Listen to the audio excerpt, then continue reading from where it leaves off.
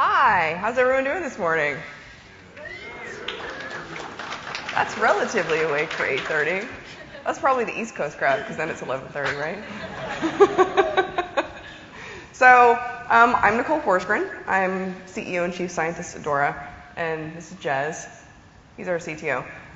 We do a bunch of stuff around measurement, and this is one of my favorite things to talk about, and particularly this, right? We see a bunch of companies and organizations and people in the industry really wanting to go really, really fast and do things better, but they don't have any type of underlying measurement or anything helping them guide what it is they're doing. And so while I applaud their enthusiasm, it's a little bit challenging, because if you don't really know where it is you're going, it doesn't matter how fast you get there. So this is what we'll be talking about today. Where am I going? Why should I care? How do I improve performance and quality? How should I measure performance? And what's this culture thing? And how do I measure it? So, first of all, where am I going? Who here has played World of Warcraft? Yeah. Okay, who has a friend who's played World of Warcraft? Yes. Y'all my people.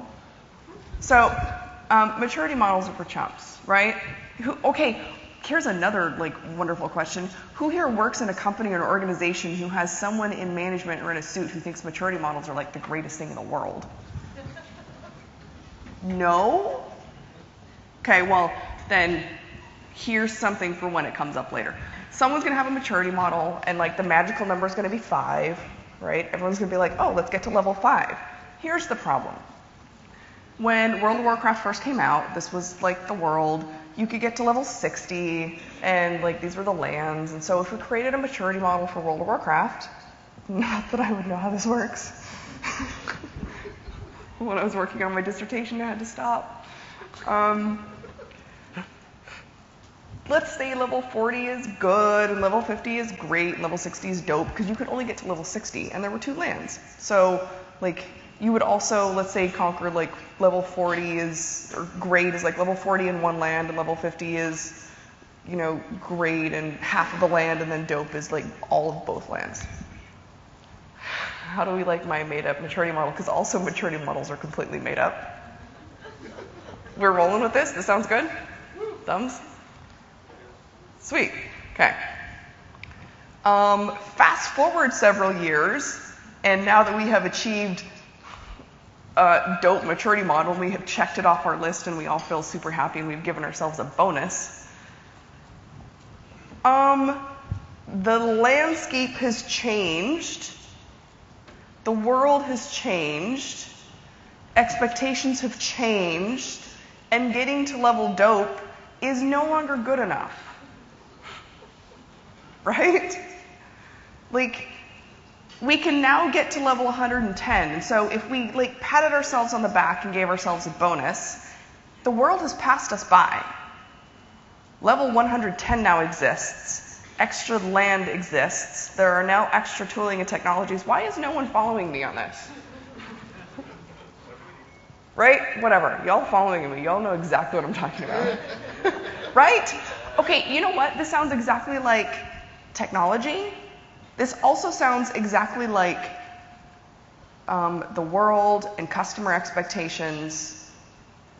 Customers are no longer good enough with dope level 60 where we get to 2 lands, because there's a lot of extra stuff that customers expect. There's a lot new tooling and technology. Docker didn't even exist 10 years ago. So that's the problem, and that's the challenge. So if maturity models aren't the thing, because all they do is they point us to a destination, so if the destination's not right, what is right? What is it that we should be doing? So it's not a destination, it's a direction, right? We need to be getting better.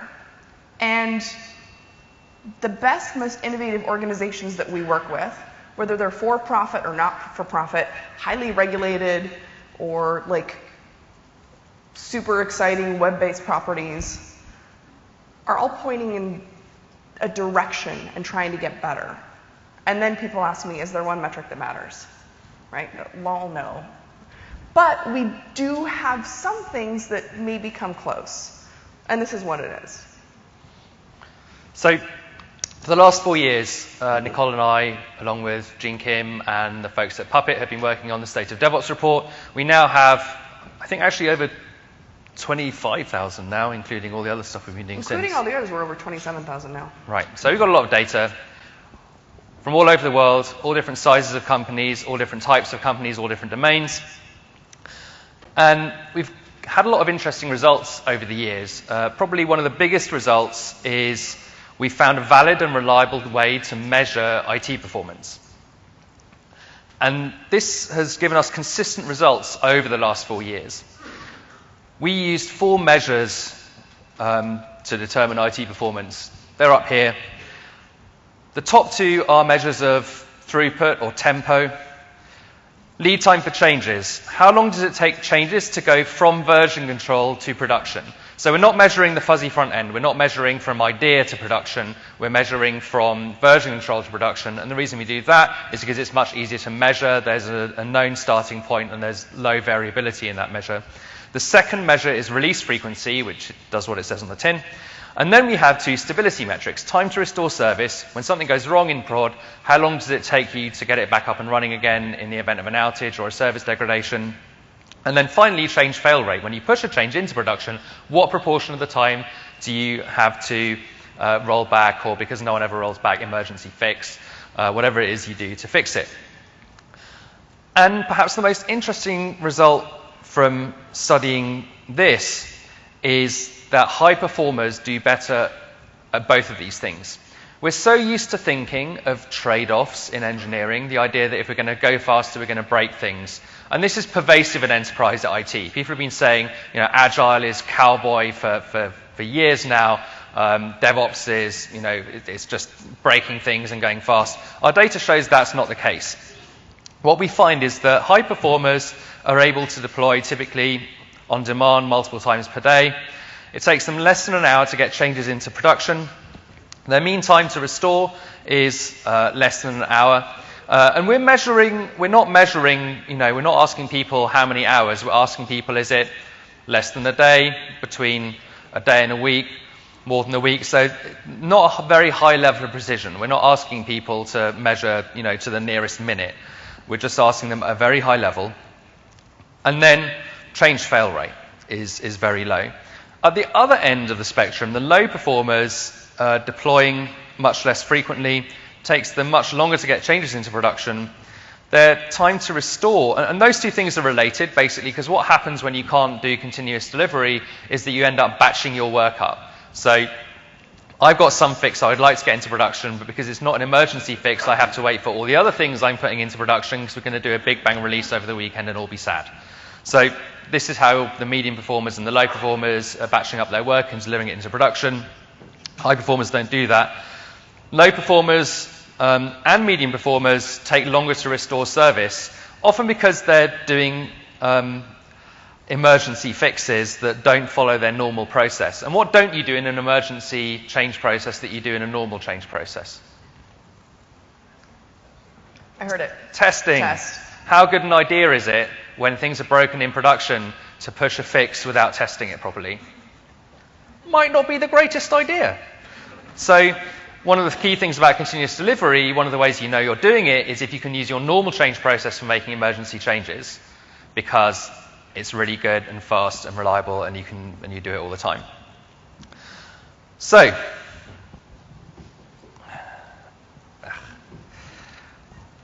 the other really interesting result is that actually IT performance is important. We've been told for years that IT doesn't matter, that IT can't be a competitive advantage. Our data shows very clearly that's not the case. Firms with high-performing IT were twice as likely to exceed their profitability, market share, and productivity goals than low performers. Last year, we also measured other non-commercial performance indicators, and we find that it's better for quality, better for operating efficiency, it improves customer satisfaction, it improves the quality of the products and services, and enables you to better achieve your org and mission goals. So we're going to talk a bit about DevOps. I know this is SREcon. I'm going to claim that actually there's not a huge difference between the SRE movements and the DevOps movements.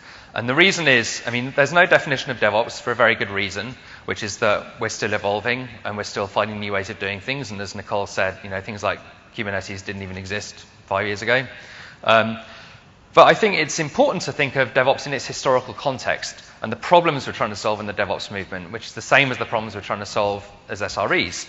How do we build and evolve and operate secure, resilient, distributed systems and keep making changes to them all the time? That's the problem we're all trying to solve. And it's a problem we haven't solved yet and we continue to work on. So that for me is the whole reason we have a DevOps movement, because we're trying to solve this problem. And that's the reason that SREs exist, because we've got to try and solve this problem. So a lot of what we're seeing in these different movements and these conferences comes from trying to solve this problem. So we obviously wanted to study these organizations and find out how you impact IT performance. Like, how do you move the dial on these things that we just talked about that are valid and reliable measures of performance? And this is the TLDR slide, which hopefully you can read.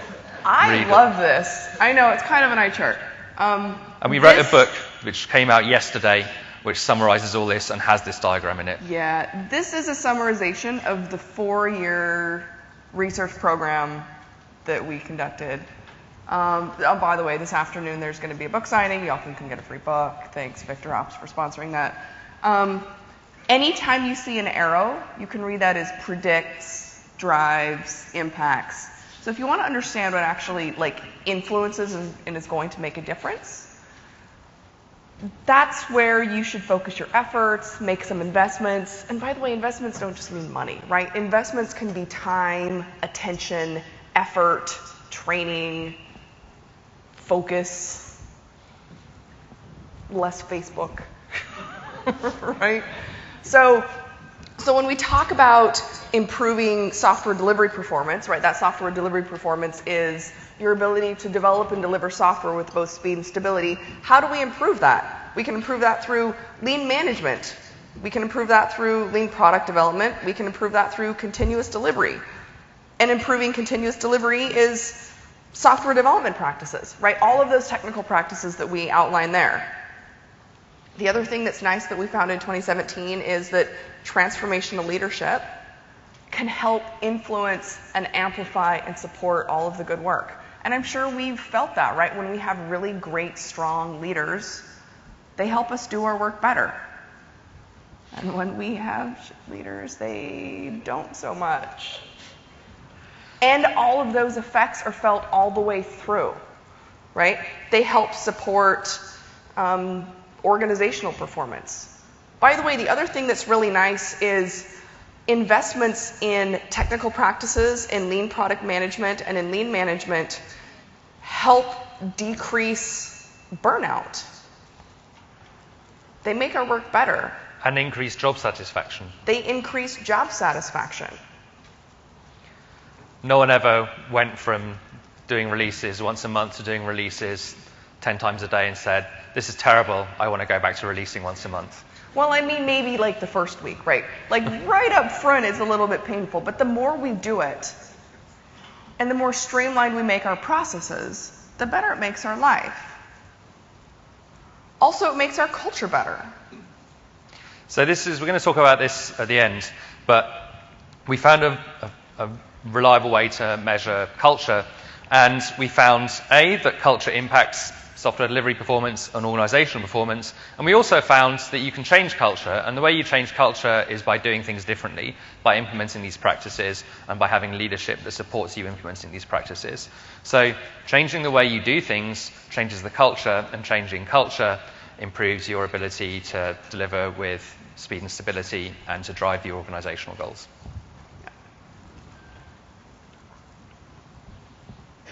Is this me? Yes. Okay. So we also wanted to measure quality, and we tried a bunch of different ways to measure quality. Quality is difficult to measure because it's subjective. it's intentional. Quality is always for someone. That's actually a Jerry Weinberg quote. Quality is value to someone. So one of the ways that we measure quality was looking at how well you did things the first time.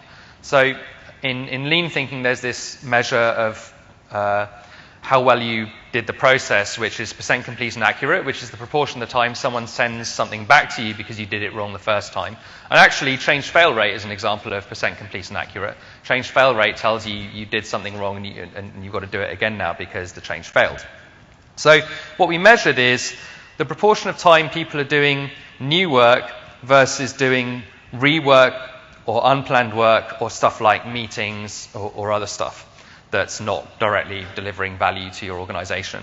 And what we found is that high performers spend a significantly greater amount of their time doing new stuff rather than fixing the stuff that didn't work when they did it the first time or doing kind of non-value add work. So that was really interesting. This goes back to the whole lean idea of building quality into the process. So now we can talk about how should we be measuring performance, because we've talked about the value of it and how to impact it and how to drive it, but we haven't told you yet how to measure it. So we'll start by talking about how to not measure it. Common mistakes. Outputs versus outcomes. So in general, always try to focus on outcomes. What are you getting for this? Not just outputs. Also, individual and local versus team and global. Always try to focus on a global measure and not a local measure. Most common examples here are lines of code, velocity, and utilization. And these are bad examples. Yeah, this is bad, and we'll talk about this here. So I'm going to start with lines of code. This is one of my favorite. Don't measure lines of code. Does anyone do that, by the way, still? Please don't raise your hand. No, except it's common, right? So I'm going to say don't raise your hand, except at least once a month I have an organization come to me and say, how should we be measuring productivity? We use lines of code. And my face goes, every single time. And I'm like, no, please don't use lines of code. Here's the thing, though. So many people use lines of code because it's easy. It's so easy. But again, this is an output measure, not an outcome measure. Lines of code doesn't tell me anything about what you're accomplishing. It just tells me what your output is. More isn't better. It just leads to bloated software that's harder to maintain and gives me a higher cost of change. It's harder to read. I was just going to say, some companies actually measure lines of code as an asset on the balance sheet, which means that when you delete code, you're destroying company assets. And hence failing to realize that code is actually a liability rather than an asset. Oh, that technical debt is harsh. But I've seen, so I explain this to companies, right? And they're like, oh, I'm going to do the thing and make it as tiny as possible. So I was in academia for a while, and I also saw these competitions where people would see how much they could get done in as small lines of code as possible, or as tiny characters as possible. But then you also see this thing where someone like games the system, and then they write this super, super, super concise, efficient code that no one can read. Which is also ridiculous, because then when you ever have to maintain that later, everybody's screwed. That's also not helpful, right? That is output, that is not outcomes. So the ideal here is to solve a business problem with the most efficient code possible. You might be able to get it done without code at all. We might be able to change a business process that maybe negates the entire thing. Okay, next example, velocity. You want to take this one? Sure. So one of the things that happened with Agile is that we measure how many points we did in a week. And there's all kinds of different ways of measuring points and religious wars over whether it's gummy bears or whatever.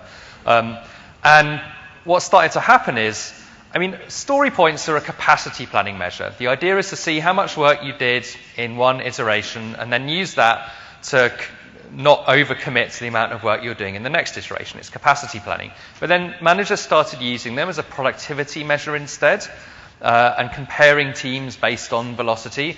And does anyone work anywhere that does that? Yeah, it's actually very common, and common. it's really terrible for a few reasons. First of all, it's very context dependent. They're not actually commensurable story points from different teams because the context is very different. And also what happens is people start gaming the system. You're going to inflate the number of points. Understandably so. Yeah, it's totally rational because that way it looks like you're doing more work. You're going to not then do things that don't contribute towards your story points like refactoring or adding test automation or deployment automation or the other things that you need to do to make sure that you don't end up with your feet stuck in concrete because you can't make any changes to your system.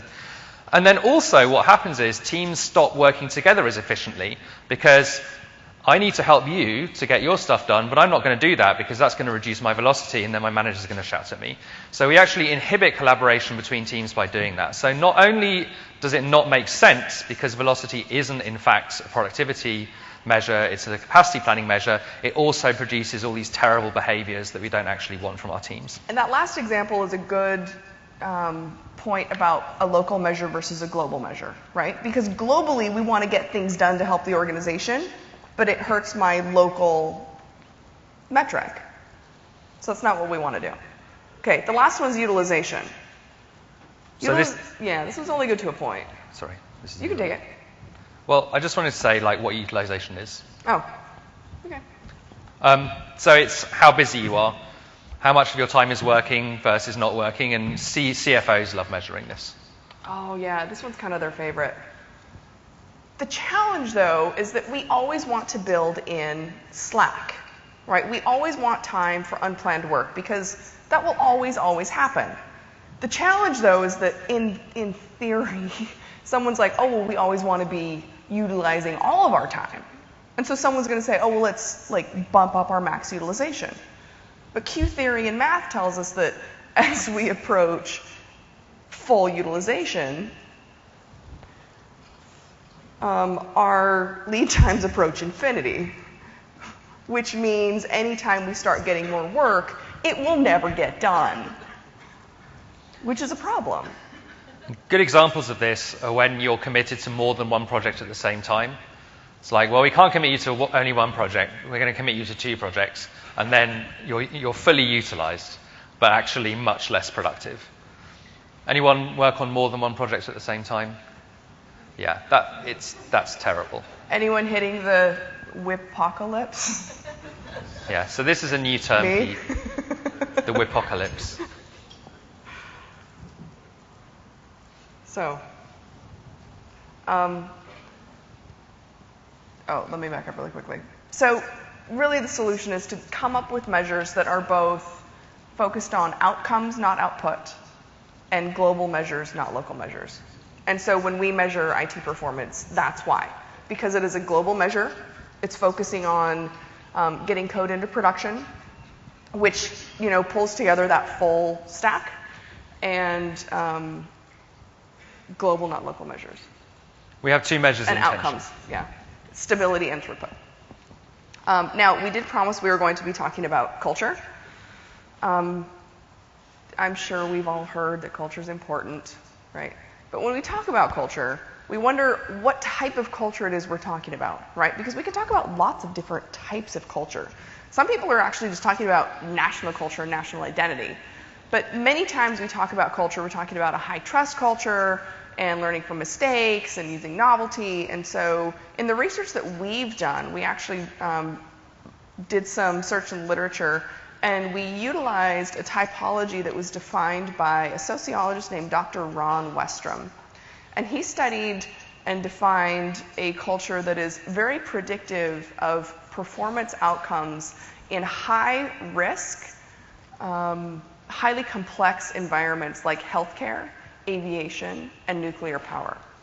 And some of my earlier research showed that technology is very, very similar to these work environments. And so we decided to study it and see if it was also predictive and the TLDRs that it is. And so here's the way it kind of pans out is there are 3 different types of environments here, 3 different types of teams. One is pathological or power-oriented. And this is what it looks like. Low cooperation among groups. The messenger is shot when they bring you bad news, right? They're blamed. responsibilities are shirked, bridging is discouraged, right? So keep those silos up. Failure leads to scapegoating, and novelty is crushed. Who here has a friend that works in one of these teams? Okay, a couple people. A bureaucratic culture has modest cooperation. Messengers are kind of ignored when they bring us bad news. Narrowly defined responsibilities. Bridging might be tolerated. Failure leads to justice. And novelty leads to problems. Scope creep. Yes. Who might have a friend that works here? I do want to point out that bureaucracy was defined for good reasons, right? Because then everything is very fair, everything is very defined. Okay. Now, sorry? So just one point I want to make about this. Like, I spent 2016 working for the US federal government, which is the most advanced bureaucracy, I think, in the world today. And I found teams that were performance-oriented in the federal government, and I found teams that were pathological in the federal government. And I've seen startups that are pathological. So let's define generative really quickly. Typified by hot cooperation, messengers are trained, and by that we mean we encourage people to bring us bad news so we can uncover it and find it and fix it.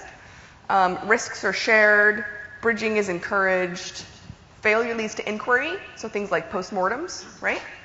And then novelty is implemented. Who here has a friend or is lucky enough to work in this type of environment? Okay, who has no friends? Okay, super. When we've run the data here, I think pathological, we see about a quarter of the responses. Bureaucratic is around 50-55%, and generative is about a third across all of our data. And then here's how we measure it. It's a Likert type scale with manifest variables. So basically, like, I can't just ask one question and say, how's your culture, right? Because it's comprised of several different things. And so what we can do is we can ask several questions on a scale of strongly disagree to neither agree nor disagree to strongly agree. 1 to 7, right? With strongly disagree being a 1, strongly agree being a 7. You can average them together, and then it forms a construct because it exhibits several characteristics of, like, can I just say the stats? The stats are there. Convergent validity, discriminant validity, composite reliability. That will give a person like one score of how they feel their team is performing, and then you can average them all together for a team. It's super quick, and I know several organizations, several companies, and several teams around the industry that are doing this about quarterly to get a quick pulse on how their team is doing. So it can be measured. This actually matches up really well with what Google also found. So Google in Project Aristotle did some work to see what makes the perfect team. Going into this project, they thought that what would make the perfect high-performing team would be a mix of just the right skills, right? Node.js programmer, like R programmer, 5 Stanford graduates. Right, yeah, 5 Stanford graduates, project manager. Turns out there is no statistical significance behind the skills in a team. The thing that is the highest predictor of team performance is psychological safety, far and above. The ability to trust your team, be vulnerable with your team. Beyond that was dependability, structure and clarity, meaning and impact of your work. The interesting thing is that in 2016, we turned this into similar scales and measured a bunch of it.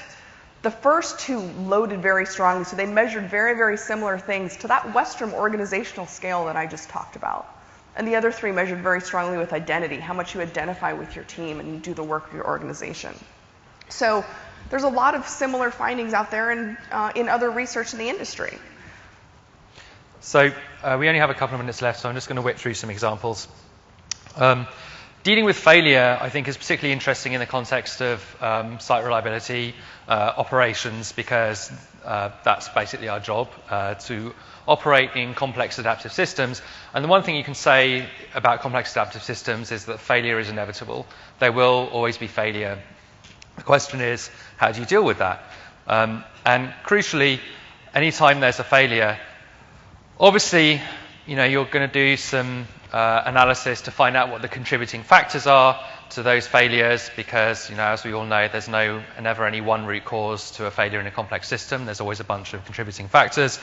And it's always going to end up with, oh, and by the way, it was Jez's fault. So the important thing to bear in mind is the interesting question is not why is Jez not being fired. The interesting question is why did Jez not have better information or systems that help Jez discover that what he was going to do was bad before it became a catastrophic cascading failure. So the output for that investigation should be, how can we make life better so that the next person who's doing what Jez was doing when that happened has better information and better tools available to them. Another great example of this is Etsy. Etsy pre-complete change of the company recently, not Etsy now. So on stage here is John Allspore and Rin Daniels. And Rin Daniels is getting the award for the person who caused the biggest outage in production the previous year. This is an award that's given out at every Etsy developer conference every year, I believe. It's a yearly award.